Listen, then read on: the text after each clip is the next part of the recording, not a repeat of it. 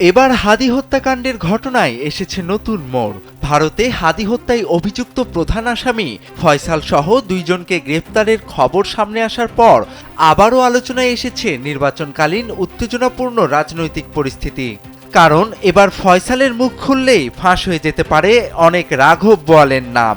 কার নির্দেশে খুন হয়েছিল হাদি, আর এসবের নেপথ্যের আসল কারিগরি বা কারা? চলন্ত রিকশায় ফিল্মি স্টাইলে হাদিকে গুলি করার সেই দৃশ্যটি সাধারণ কোনো খুনের ঘটনা ছিল না, ছিল এক ঠান্ডা মাথার সুপরিকল্পিত ও পেশাদার কিলিং মিশন। স্যান্ডেলিনা সো, রূপচর্চায় আভিজাত্য।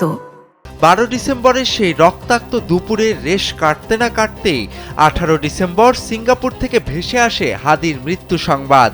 মুহূর্তেই দাবানলের মতো সেই খবর ছড়িয়ে পড়লে সারা দেশে শুরু হয় এক অনাকাঙ্ক্ষিত মব সন্ত্রাস।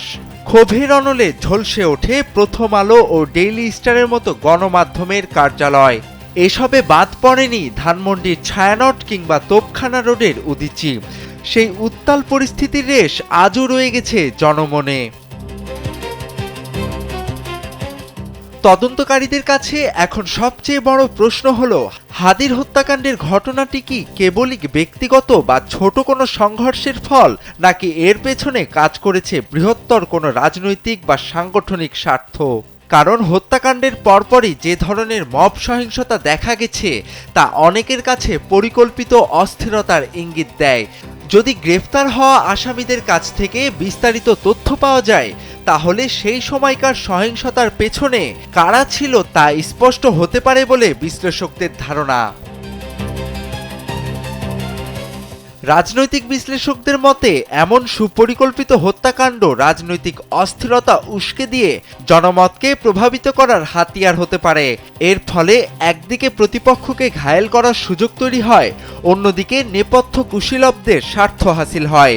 তবে তদন্তে যদি এই মব সন্ত্রাস বা সহিংসতার উস্কানিদাতাদের পরিচয় প্রকাশ পায়, তবে তা সংশ্লিষ্ট অনেক প্রভাবশালী পক্ষের জন্যই চরম অস্বস্তিকর পরিস্থিতি তৈরি করবে। ঘটনাটিকে কেন্দ্র করে বিভিন্ন রাজনৈতিক শক্তির মেরুকরণ ও ফায়দা লোটার গুঞ্জন থাকলেও তদন্তে এখন পর্যন্ত কোনো নির্দিষ্ট দল বা গোষ্ঠীর সম্পৃক্ততার আনুষ্ঠানিক প্রমাণ মেলেনি।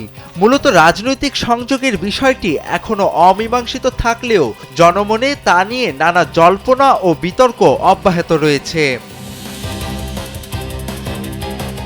ভারতে গ্রেপ্তারকৃত আসামিদের জিজ্ঞাসাবাদ ও প্রত্যর্পণ প্রক্রিয়া সম্পন্ন হলে শুধু হাদি হত্যাকাণ্ড নয়, বরং পরবর্তী মব সহিংসতার নেপথ্যের কুশীলবদের মুখোশও উন্মোচিত হতে পারে। বিশ্লেষকদের মতে খুনিদের ধরা পড়া কেবল একটি অপরাধের বিচার নয়, বরং তৎকালীন অস্থিতিশীল রাজনৈতিক পরিস্থিতির নেপথ্য সত্য সামনে আনার চাবিকাঠি। আর এই সত্য প্রকাশের মাধ্যমেই অনেক প্রভাবশালী মহলের থলের বিড়াল বেরিয়ে আসার প্রবল আশঙ্কা তৈরি হয়েছে। তোফায়েল আহমেদ, কালবেলা।